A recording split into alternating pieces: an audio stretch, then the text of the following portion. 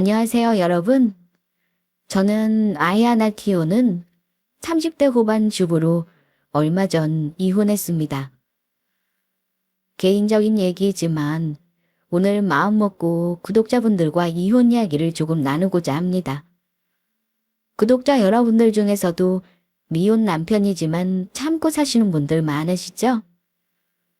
그런 분들은 특히나 오늘 제 사연을 잘 들어주시기 바랍니다. 저 역시 남편이 도박이나 폭력, 바람, 아니면 참고 살자는 주의였던 사람이에요. 아이가 있기도 했고 이혼이 쉽지 않으니 참고 살자. 이번 생은 망했다고 생각하던 사람입니다. 하지만 지금요? 하루라도 빨리 남편과 이혼하지 않은 걸 후회하고 삽니다. 왜 내가 혼자 다 짊어지고 살았을까 하고요. 사람이 말을 안 하고 가만히 있다고 그 공을 누가 알아주느냐 하면 절대 그렇지 않더라고요. 당연한 줄 알고 오히려 더 바라기만 하더라고요. 모르긴 몰라도 아마 우리나라에는 저 같은 상황에 놓인 주부님들이 많으실 겁니다. 그런 분들은 오늘 저의 사연을 꼭 귀 기울여 들어주시고 자신을 위한 선택을 하시길 바라며 사연을 시작해 보겠습니다. 제 삶은 결혼해서 10년간의 세월 동안 늘 허덕대는 삶이었던 것 같아요. 뭐 때문에 허덕댔는지는 짐작하시죠? 돈 때문입니다. 늘 미안하다는 말만 되풀이하는 남편, 그리고 매일같이 불어나는 빚더미 속에서 저는 끝없는 불안과 스트레스를 견디며 살았습니다. 사고 뭉친 남편 치닥거리 때문에 제 소중한 30대 인생을 송두리째 도둑맞은 기분입니다. 결혼할 때만 해도 이런 문제가 생길 줄은 당연히 몰랐습니다.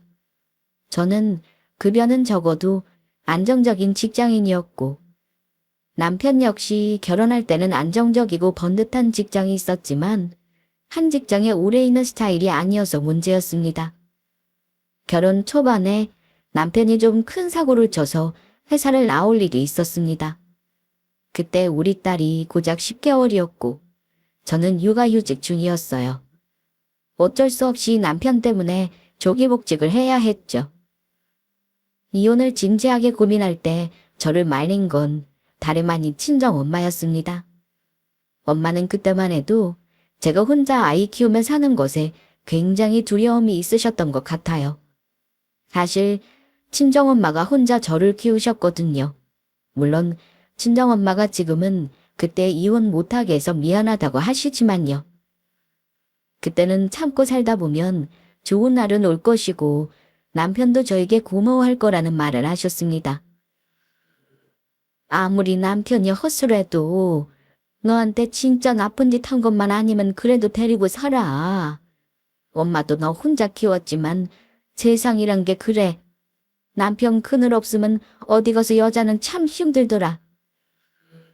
요즘 세상이 어디 그래? 내가 돈을 못 버는 것도 아닌데 참고 살라는 말이 나와 엄마는? 내가 이렇게 힘들다잖아. 엄마라고 말리고 싶겠니?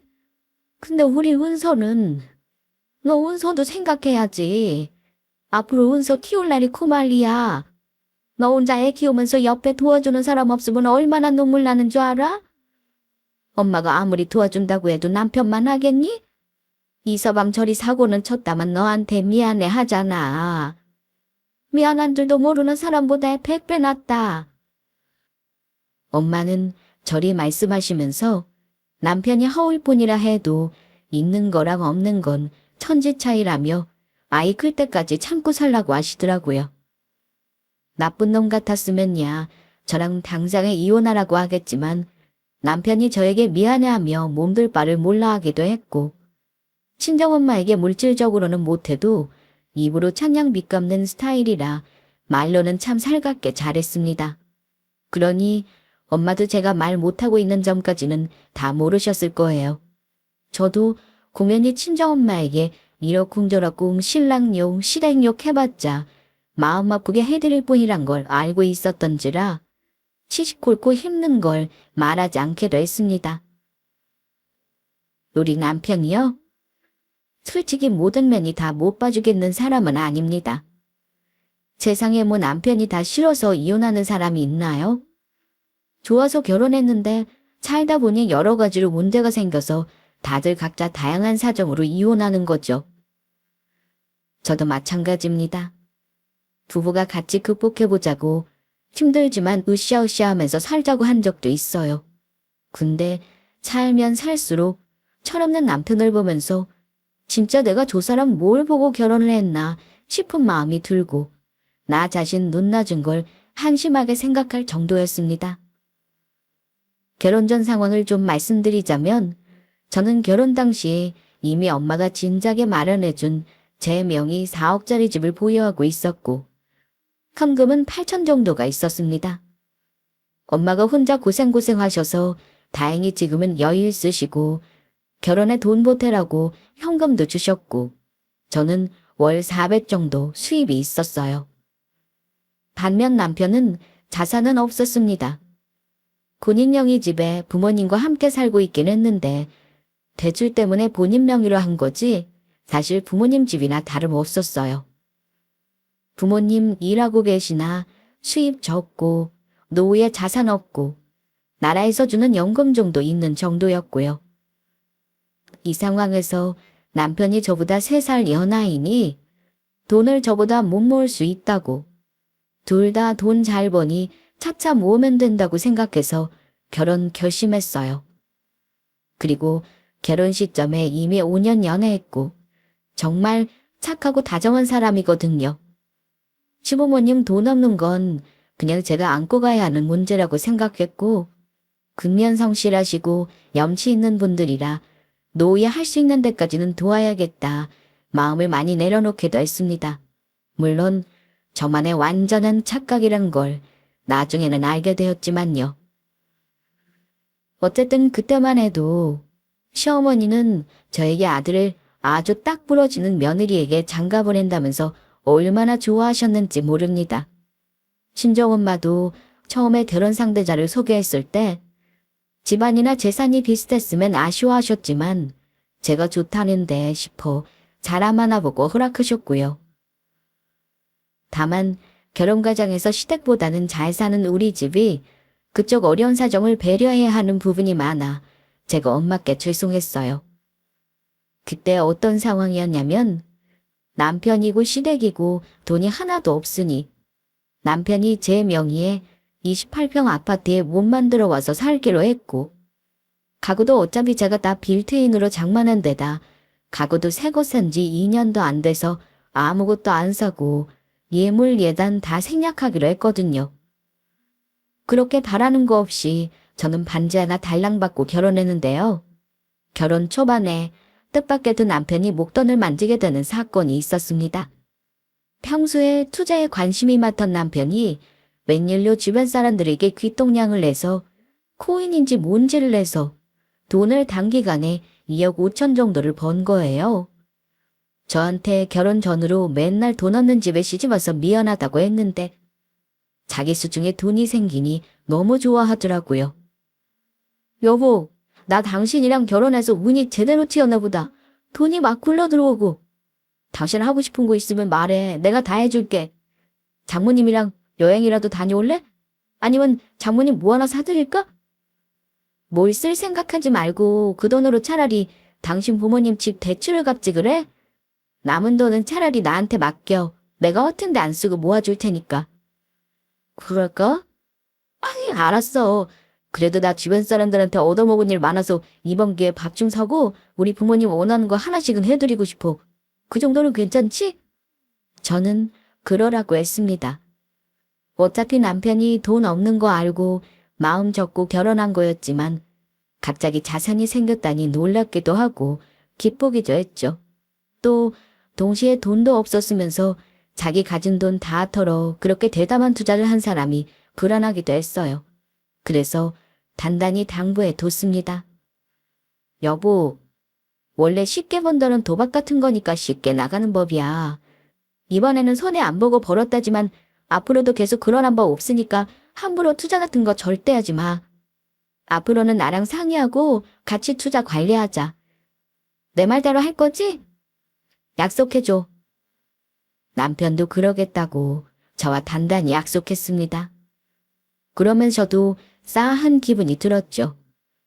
여자 직감 있잖아요. 왠지 이 사람이 이 성공에서 흥분해서 이걸로 끝내지 않을 것 같은. 그래서 심지어 번 돈의 반 정도는 우리 공동계좌로 송금해라. 나는 중잣돈으로 저금하고 아파트 넓혀가는 데 쓰자 하고 말했는데도 알았다 말만 하고 실행은 안 하더라고요. 그리고 두어 달 지났는데 제가 돈에 대해 물으니 대답을 확실히 안 하고 자꾸 머뭇거리는 겁니다. 그때부터 불안하더라고요. 자기 수중에 돈이 있으니까 주변에 자꾸 똥파리가 꼬인다는 말을 했었는데요. 사실 그 똥파리 중에는 가족임에도 호시탐탐 가족들 돈 뜯어먹을 생각만 하는 아주버님도 있긴 했습니다. 동생에게 돈이 생기니 왜 아주버님이 눈을 번뜩이며 관심을 보이는지. 잠시 남편 형, 그러니까 시아주버님 말씀을 드리자면요. 저와 남편이 이혼하는데 나중에 일죄를 난 양반이기도 합니다. 결혼할 때는 저도 형님이 있었어요. 아주버님이 결혼을 먼저 했으니까요. 그런데 저 결혼하고 나서 얼마 후에 조용히 이혼했다는 소식을 들었습니다.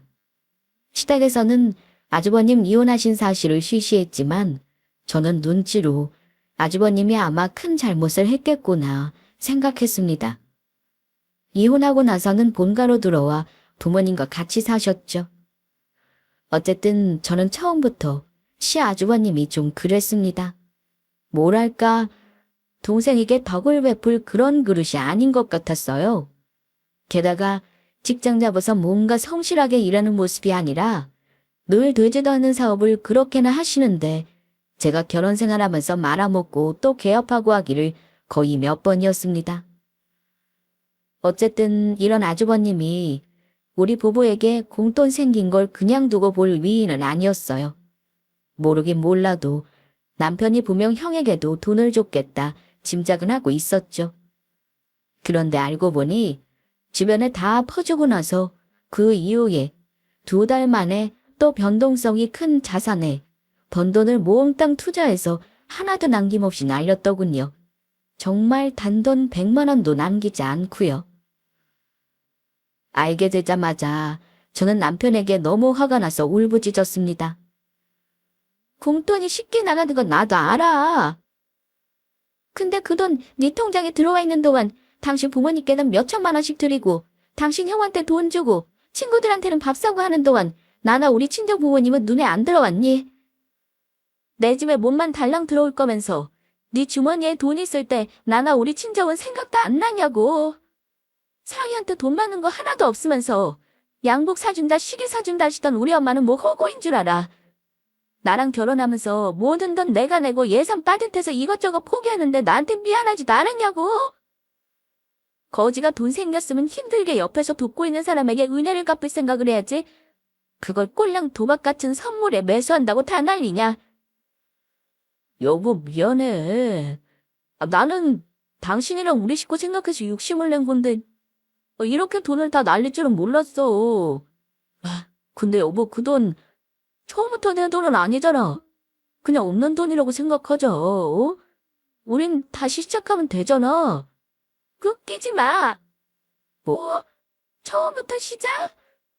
당신 이름으로 된 대출은 그럼 당신이 갚을 거야.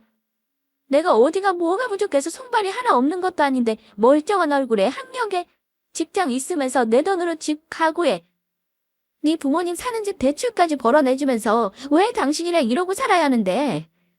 당신 양심 있는 게 있으면 돈 2억 생겼을 때 그때 입 닫고 바로 공동계좌에 넣거라.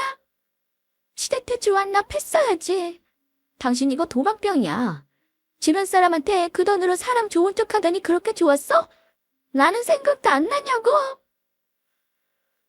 네, 제가 생각해도 정말 막말을 퍼붓긴 했습니다. 맞는 소리도 있었지만 매우 감정적인 과한 소리도 많았죠.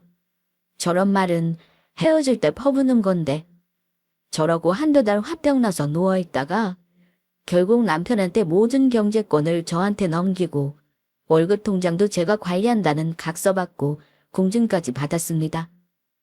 그 당시 저는 큰 배신감과 실망을 느꼈지만 사랑하는 사람을 용서하고 다시 시작해보자는 마음으로 남편을 용서했어요.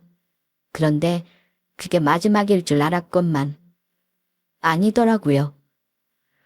결혼 10년 동안 저는 마치 남편 엄마이자 누나 역할을 하며 돌을 닦는 기분입니다. 말씀드렸듯 우리 남편이 못된 사람은 아닙니다.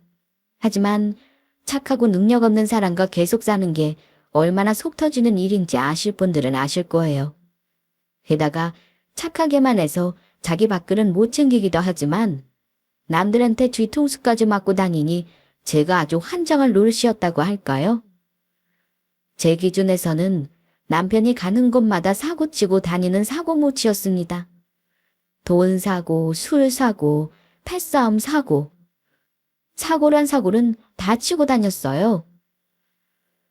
불쌍한 친구라고 돈도 여러 번 날려먹고 사기도 많이 당하고 오고요. 여느 때는 왜 몰랐을까요? 남편이 아이가 태어나고 나서 잠깐 정신 차린 것처럼 보였어요. 다시 직장으로 돌아가서 열심히 일하는 듯 했죠. 하지만 그건 오래가지 않았어요. 얼마 지나지 않아 또 일을 그만두고 다시 쉬겠다고 하더라고요.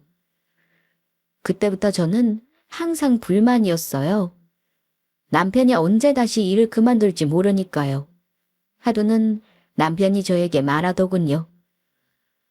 여보, 나 이제 집에서 주부할 테니까 당신이 돈 좀 벌면 안 될까?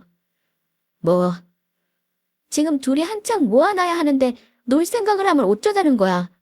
쓸데없는 말 하지 말고 차라리 더 월급 많이 주는 회사로 이직 준비나 해. 난 남편이 집에서 노는 꼴은 도저히 못 봐. 남편 때문에 정말 말문이 막혔어요. 우리가 둘 다 열심히 일해서 노후를 준비하고 애 잘 키워도 모자랄 판에 집에서 놀 생각을 하다니 너무 실망스러웠습니다. 말은 자기가 주부를 한다고 하지만 그 사람이요? 육아는커녕 살림도 제대로 뭐 할 줄 아는 게 없습니다. 시어머니가 아주 아들 교육을 잘못 해놨거든요. 자기 손으로 할 줄 없는 거 제가 살면서 하나하나 가르쳐 놓은 거죠. 어쨌든 남자라는 동물이 아마 믿을 구석이 있으면 더 놀궁리를 하는 존재라는 걸 그때 알았네요. 저는 이럴 때 시어머니가 제 편을 들어주실 줄 알았습니다. 자꾸 직장 그만두고 싶다고 할 때 시어머니에게 아들 정신 차리게 따끔하게 말 좀 해달라고 했죠. 그런데 시어머니는 제 편이 아니더라고요. 정말 믿기지 않겠지만 남편이 그런 말을 할 때마다 시어머니는 항상 남편 편을 들었어요. 예, 남편이 힘들다고 하면 쉬어가는 것도 방법 아니겠니?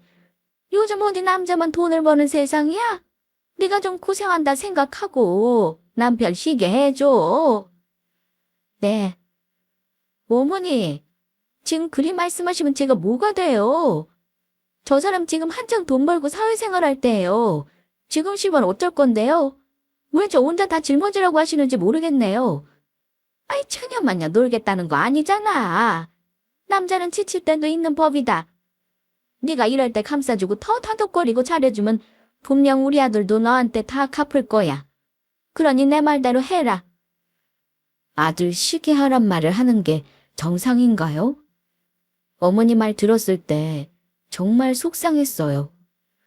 제가 혼자서 다 감당해야 한다는 생각에 너무 답답하고 불안했어요. 마치 저 혼자 모든 집을 다 지고 있는 기분이었습니다. 시어머니는 언제나 남편의 편이었고 제가 아무리 힘들다고 해도 네가 이 집안 맏며느리나 다름없잖아. 네가 좀 참아라. 라고만 하시며 희생을 당연하게 강요하셨습니다. 이런 일들이 반복되면서 저는 점점 더 우울해졌어요. 매일같이 남편의 무책임한 태도와 시어머니의 일방적인 편들기에 지쳐갔죠. 아주버님과 형님이 왜 조용히 이혼했는지 알 것 같더라고요. 형님이 없으니 마치 저를 맏며느리라고 생각하시는지 온갖 요구도 많이 하셨습니다. 저에게 모든 걸 기대했죠. 네가 큰 며느리니까 당연히 해야 한다는 말을 들을 때마다 저는 정말로 제 위치가 이 집안에서 어떤 존재인지 혼란스러워졌어요. 때로는 지쳐서 아무런 말도 하지 못하고 그저 참기만 했습니다. 이런 식으로 계속 살아가는 게 맞는 건지, 이 결혼을 유지하는 게 나를 위한 길인지 고민하게 되더군요. 물론 결혼 생활이 어째 하나부터 열까지 다 나쁘기만 했겠습니까? 저도 우리 딸 태어났을 때는 너무나 기뻤습니다. 가족끼리 여행을 갈 때도 있었고 나름대로 만든 추억도 당연히 있어요. 하지만 그런 소소한 행복을 누리며 사는 일이 생각보다 쉽지 않더라고요. 남편이 제대로 큰 사고를 친 게 바로 그 무렵이었습니다. 잠잠하다 했더니 남편은 제 버릇 개를 못 주고 있더라고요. 결혼 초반 이런 돈은 애초에 내 돈이 아니라고 생각하고 겨우 넘어갔지만 이번에는 아주 제대로 사고를 쳤더라고요. 어쩐지 생활비를 몇 달 동안 계속 미루고 돈이 없다는 말에 슬슬 불안하던 차였습니다. 결혼 초반에 남편이 코인 거래로 모든 돈을 잃었을 때 저는 그 돈이 원래 내 것이 아니었다고 생각하고 그냥 넘겼어요. 아직 신혼이었고 그때는 사랑이 더 컸으니까요. 하지만 이번에는 상황이 정말 달랐어요.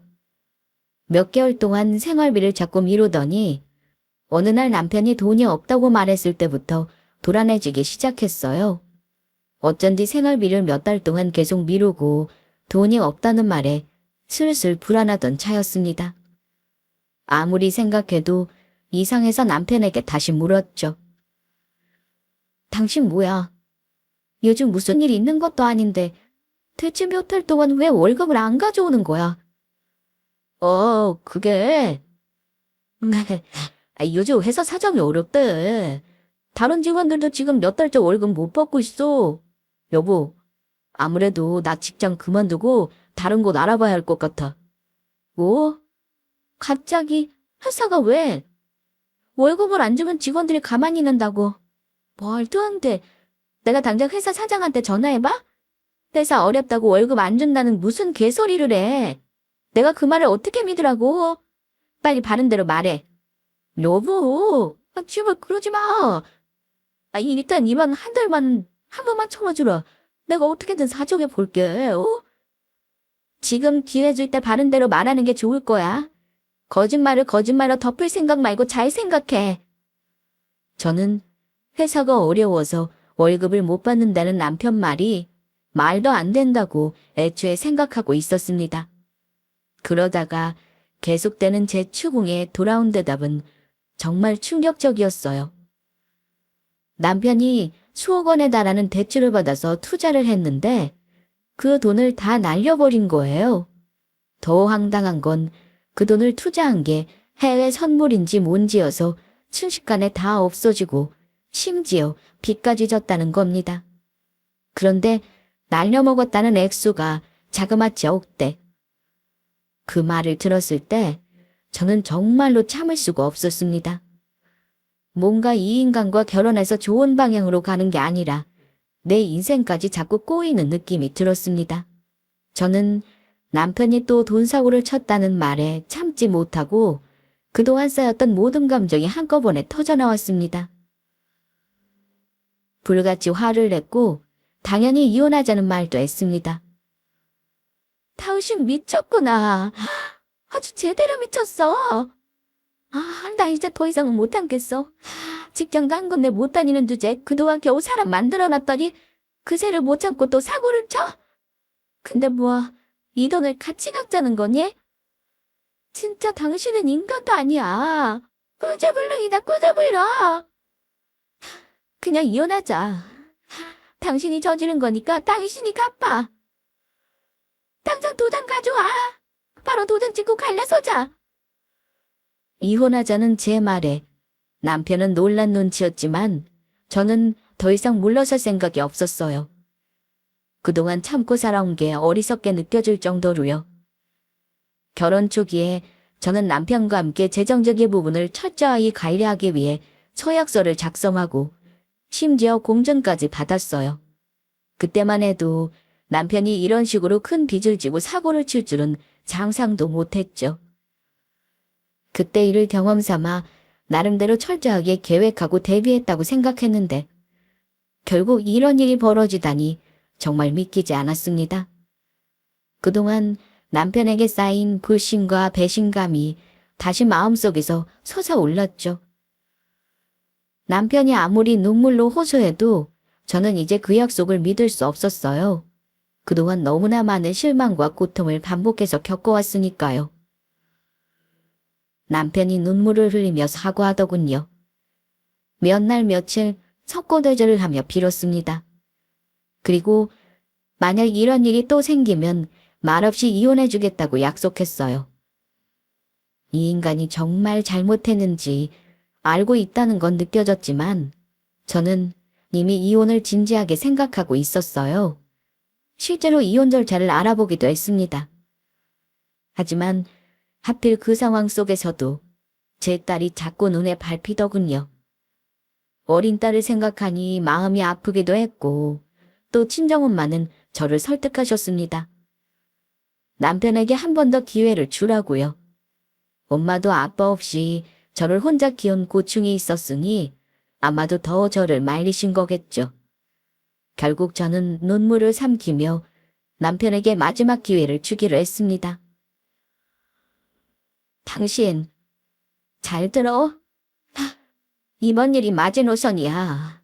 내가 당신 용서해준다고 착각하지 마. 우리 가족 위해서 선택한 거니까 나 후회할 일 없게 앞으로 잘해. 여보, 진짜 고마워. 내가 앞으로는 두 달이면 일확천금 바라지도 않을게. 당신한테 있는 돈 다 갖다 줄 테니까 너 마지막으로 한 번만 믿어줘. 그래. 이번에는 우리 딸이 당신 사위인 줄 알아. 당신 정말 정신 차려. 알았지? 저는 남편을 한 번만, 정말 마지막으로 한 번만 더 믿어보기로 했습니다. 물론 마음 한구석에는 과연 저 인간이 정말 정신을 차릴까 하는 불안과 두려움이 있었지만 이번에는 큰 사고를 친 만큼 제발 변했기를 간절히 바랐습니다. 그런데 남편은 자기 부모님께는 이 일을 당분간 알리지 말아달라고 부탁하더라고요. 우리 어머니가 아시면 아마 알아놓으실 거야. 가뜩이나 형도 이혼하고 같이 살면서 힘드신데 나까지 근심 보태고 싶지 않아. 우리 부모님께는 당분간만 비밀로 해주라. 대신 우리 어머니가 당신 힘들게 하면 내가 중간에서 다 쳐낼게. 다른 사람도 아니고 아들이 사고 친 건데 그냥 모르고 계시긴 하더라고. 가뜩이나 어머니 나한테 용돈이니 뭐니 바라는 거 많으신데 앞으로 우리 쪼들린다고 하면 과연 그냥 넘어가실까? 그냥 사실대로 말해. 우리도 힘들다고 해 어머니도 이해하시지. 하지만 남편은 나중에 자기가 직접 말하겠다면서 시간을 달라고 하더라고요. 결국 남편의 간청에 당분간은 시댁에 이 일을 알리지 않기로 했어요. 저는 그래도 남편이 정말로 변하려는 마음이 있다고 믿고 싶었거든요. 그렇게 육아와 살림을 병행하며 남편 빚을 같이 갚으며 지냈습니다. 남편은 정말로 시어머니가 저에게 무리한 요구를 하거나 며느리 둘이니 뭐니 하시며 뭘 바라실 때마다 중간에서 적당히 끊어내긴 했습니다. 당연한 거 아닌가요? 그 정도도 안 하면 그건 인간이 아니죠. 어쨌든 문득문득 내가 지금 뭐 하는 짓인가 하는 억울한 마음이 들었지만 친정엄마 말대로 아이를 보면서 참았습니다. 겨우 이 악물고 참고 살았다는 게 맞는 표현이에요. 그런데 이런 삶을 사는 줄도 모르고 기어이 시어머니까지 일을 보태시더군요. 사실 진짜 문제는 남편뿐만이 아니었어요. 안타깝게도 제가 겨우 마음을 다잡고 하루하루 참고 사는 그 즈음 시댁에서 또 다른 일이 터지고 말았던 겁니다. 그날은 어머니가 기니 할 말이 있다고 하는데 남편이 제 눈치를 보는 겁니다. 뭔가 어머니에게 주워들은 게 있는 게 분명하다 싶었는데 알고 싶지 않았지만 집에까지 들이닥친 어머니를 내칠 수는 없었습니다. 그날 저희 집까지 찾아온 어머니는 아주 어두운 얼굴이었는데요. 저는 얼굴 보자마자 불길한 느낌이 딱 오긴 했습니다. 어쨌든 무슨 일인지는 물어야 할 듯 싶어 어머니께 말했죠. 어머니, 무슨 일인데 주말 아침부터 연락도 없이 오신 거예요? 뭐 안 좋은 일 있으신 건 아니죠? 그러자 어머니는 한숨부터 내쉬더라고요. 아우, 내가 여길 좋은 일로 왔겠니? 좋은 일이면 전화를 하지. 남편은 이미 저와 어머니를 번갈아 보며 눈치를 보고 끼어들 타이밍을 찾고 있는 듯 했는데요. 어머니는 바로 본론을 얘기하시더라고요. 옛 며느리, 지금 큰일이 났지 뭐니. 요즘 네 시숙 말이야. 하는 사업이 잘 안 돼서 여기저기 돈 끌어다가 쓰느라 많이 힘들었어. 근데 이놈이 나한테 말도 없이 급한 마음에 고금리 돈을 썼는가 봐. 이자가 너무 놓아서 감당이 안 됐는지 빚으로 돌려막다가 결국은 털어놨지 뭐니. 이자가 너무 많아서 감당이 안 된다고 하더구나. 내가 좀 도와서 그 돈을 갚아주면 안 되겠니? 결국은 돈 얘기더군요. 대체 이 집 식구들은 나한테 돈 맡겨놓은 것도 아닌데 왜 이러나 싶었습니다. 어머니, 아주버님이 진 빚을 제가 왜 도와서 갚아요? 저희도 지금 먹고 살기 힘든 거 아시면서 저 그럴 돈 없어요. 얘는? 그래도 너희는 둘이 벌잖아. 당연히 더 형편이 낫지. 그리고 네가 왜 돈이 없어? 너는 집도 있고 차도 있잖아. 나는 내 명의 집도 아니고 그나마 그 집 대출도 껴있어서 방법이 없어 그런다. 어머니, 그 방법은 아주버님이 찾으셔야죠. 제가 찾아줄 일은 아니에요. 저는 감당 못하니 더 이상 말씀 마세요. 저는 단호하게 거절하는 편이 나을 것 같은 생각에 확실히 싫다고 말했어요. 하지만 어머니는 쉽게 물러설 뿐이 아니었습니다. 가족끼리 1억이냐. 그래서 너는 시아주버님이 힘들다는데 나 몰라라 하겠다는 거야? 왜 방법이 없어? 방법이 있으니 내가 온 거지. 너 집 있잖아. 친정에서 해준 이 집 말이다. 결혼할 때보다 엄청 올랐다며? 집 팔아서 빚 좀 해결해 주고 나머지로는 너희 좀 싼 동네에 전세 얻으면 될 일이잖아. 부탁 좀 하자. 어? 가족끼리 서로 돕고 살면 좋지 않니? 이럴 때 도와야지 가족이지. 네? 어머니가 생각한 방법이란 게 저 친정에서 해준 집을 팔라는 건가요? 어머, 정말 어이가 없네요. 사람이 너무 기가 막히고 화가 나면 오히려 헛웃음이 나오는 거 아시나요? 제가 웃으니까 남편은 더 이상 못 참고 끼어들었습니다. 어머, 갑자기 우리 집을 팔라뇨. 통은 자기가 저질러 놓고 우리한테 돈을 달래. 이 집 못 팔아요, 엄마. 형도로 알아서 하라고 하세요. 나 좀 가만히 좀 있어. 너한테 몇 번을 말해도 네가 듣질 않으니 엄마가 오죽 답답하면 여기로 왔겠어. 아들이라고 아무 소용이 없사니. 너는 네 마누라를 설득하지는 못할 망정 이런 식으로 나와? 예미야, 어쩔 거니? 너 아니면 우리 방법이 없으니 부탁하는 거잖아.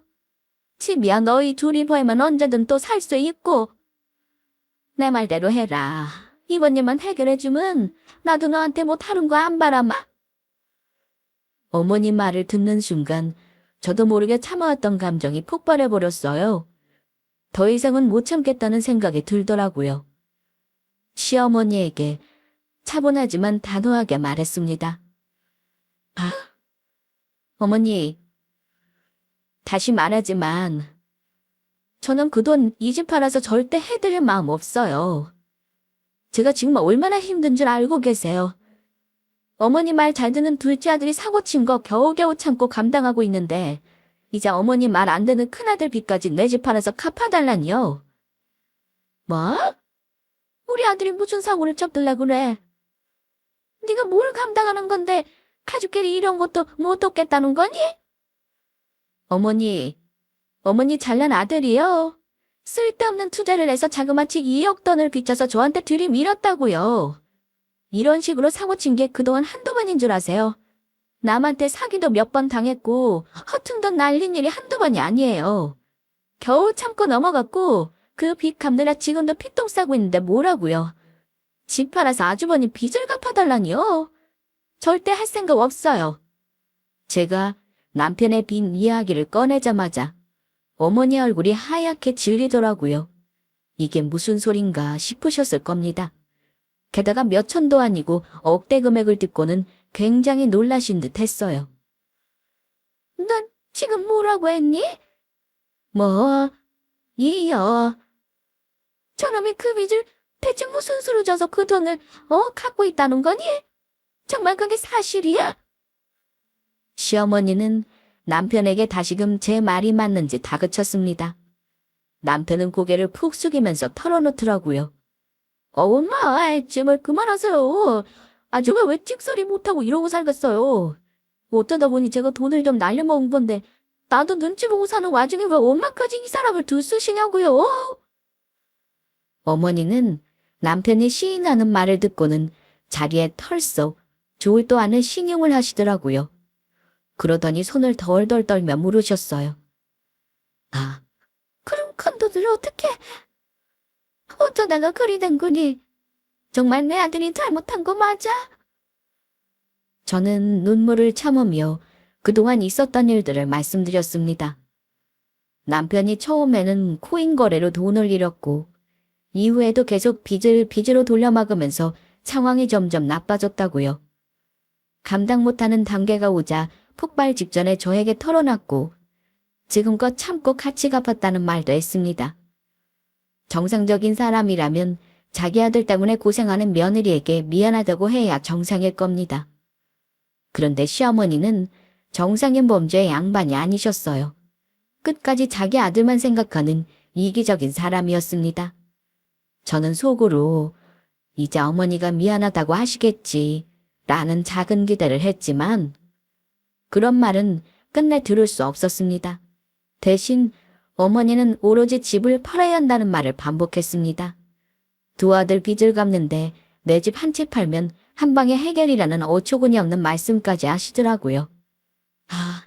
차라리 잘 됐네. 내가 알았으니 더더욱 네 집을 팔아야겠어. 네 집을 팔아서라도 우리 두 아들을 도와줘야 한다. 그래야 우리 집안이 살아. 어머니는 이제 이성을 상실한 듯 했습니다. 저의 상황이나 고통은 전혀 고려하지 않고 자기 아들 둘 빚 갚는 건 내 집 파는 게 해결책이라며 고집을 부리셨습니다. 그 순간 저는 깨달았어요. 이 집에서 저의 존재는 그냥 호구라는 걸요. 이기적인 모습을 보이시는 어머니의 태도에 저는 더 이상 참을 수 없었습니다. 그동안 남편의 빚으로 이미 충분히 힘들었는데 시어머니마저 집 팔라는 소리만 하시니 더는 이 집에서 며느리니 아내니 하고 싶지 않았어요.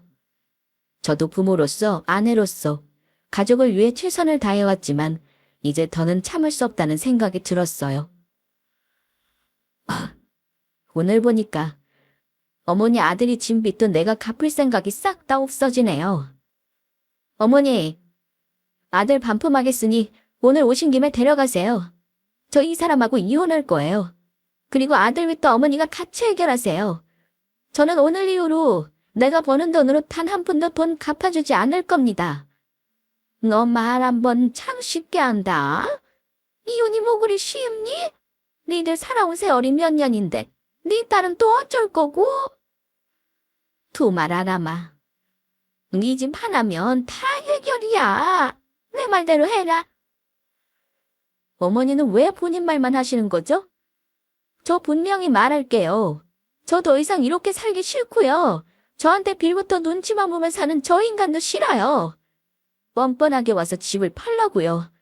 이게 바로 도둑놈 심보라는 거예요, 어머니. 절대 내 집 팔 일 없으니까 어머니 아들 데리고 돌아가세요. 저는 더 이상 주저하지 않았어요. 그동안의 고통과 실망이 한꺼번에 터져나오더라고요. 남편의 빚을 감당하며 힘겹게 살아온 것도 모자라 이제는 시숙님의 대출 문제까지 떠안으라고 하시니 도저히 참을 수가 없었습니다. 저요. 더 이상 이렇게 안 살려고요. 그동안 우리 딸 생각하고 저 인간 아빠 자리 지켜주려고 노력했는데 오늘 가만 보니 제일 바보가 저네요. 이런 요구까지 들어가면서 제가 이 집안 며느리로 있을 이유가 없죠. 저는 더 이상 어머니 아들 때문에 희생할 마음 없어요. 어머니는 아들이 제일 소중하시잖아요. 며느리 집까지 받아서 빚 갚아달라고 하시는 분이니 무슨 말을 더 하겠어요? 어머니 소중한 아들이니까 어머니가 두 아들 빚 다 감당하세요. 저는 정신 차리고 내 인생 찾을 테니 당장 어머니 아들 데리고 가세요. 어머니는 제가 이혼 이야기를 꺼내자마자 길길이 날뛰며 화를 내셨어요. 감히 시어른 앞에서 이혼 얘기를 하다니? 너 정말 제정신이냐? 용납할 수 없다는 태도로 저를 질책하셨죠. 어머니의 반응에 저는 다시 한번 깊은 실망을 느꼈어요. 그동안의 고통과 상처를 이야기했는데도 어머니는 저의 감정이나 상황은 전혀 이해하려 하지 않으셨어요. 오로지 자신의 아들만을 걱정하며 제가 이혼을 언급했다는 사실에만 분노하셨습니다. 남편은 안절부절 못하며 어머니를 말리는 동시에 저에게 미안하다고 말했습니다. 그만하세요, 엄마. 지금 이 사람을 나무랄 게 아니라 내가 싹싹 빌어도 모자랄 상황인데 왜 그러세요, 엄마? 정말 내가 이혼했으면 좋겠어요? 여보 미안해. 내가 다 해결할 테니까 이번 일은 우리 엄마 실수라고 생각하고 넘어가 주라. 그동안 당신 힘든 거 내가 다 알아. 그러니까 이혼만을 하지 말아줘. 부탁이야. 남편은 그동안의 잘못을 다시 한번 사과하며 제발 이혼만은 하지 말아달라고 빌었습니다. 하지만 저는 그날 이혼하기로 마음을 굳혔습니다. 너무 많은 상처를 받았고 그동안의 고통을 더는 견딜 수 없었어요. 저는 차분하지만 단호하게 남편에게 말했어요. 이제는 정말 못하겠어. 그동안 내가 얼마나 참고 살았는지 당신도 알 거야. 근데 오늘을 알았어. 내가 당신 빚 갚아주고 산 거 당연한 거 아니거든? 나 더 이상 이렇게 살 수 없어. 우리 이혼하자. 남편은 놀란 눈으로 저를 바라보며 다시 한번 매달렸지만 저는 흔들리지 않았습니다. 참고 산 세월이 길었지만 한순간에 이혼을 마음먹으니 이상하게도 마음이 돌아서지지 않더라고요. 아마 차곡차곡 마음속에서 울분이 쌓이고 있었던 것 같아요. 그걸 어머니의 어처구니 없는 요구로 인해 제가 알게 된 거고요. 어머니는 집에서 나가라는 말에 저에게 삿대질까지 하셨고 물건까지 집어던지셨습니다. 남편이 안 되겠다 싶었는지 어머니를 모시고 일단 본가로 가겠다고 하더라고요. 그렇게 시어머니와의 싸움을 일단락 지은 저는 다음 날로 바로 이혼을 알아보기 시작했어요. 그리고 남편에게도 이혼 의사를 확실히 밝혔습니다. 아이는 제가 키우기로 했고 나눌 재산은 당연히 없었어요. 제가 마음만 먹으면 남편이 오히려 저에게 돈을 갚아야 할 상황이었어요. 하지만 그 인간 빚을 생각해서 한 번은 참아줬습니다. 이혼이라는 게 이렇게 쉬웠나 싶더라고요. 결국 제일 바보는 나였구나 깨달은 거였죠. 왜 내 몸과 영혼을 갈아 넣으면서 되지도 않는 그 집에 도리를 하려고 했는지. 남편은 이혼을 막아보겠다며 별짓을 다 하긴 했습니다. 하지만 결국 우리는 협의 이혼으로 부부 2년을 끝냈습니다. 소송까지 불사할 각오를 임했더니 남편은 위자료 때문에 결국 꼬리를 내린 것 같아요. 이혼 후 남편은 시어머니 집으로 들어갔고 어머니는 두 아들과 함께 지지고 볶음에 살고 있을 겁니다.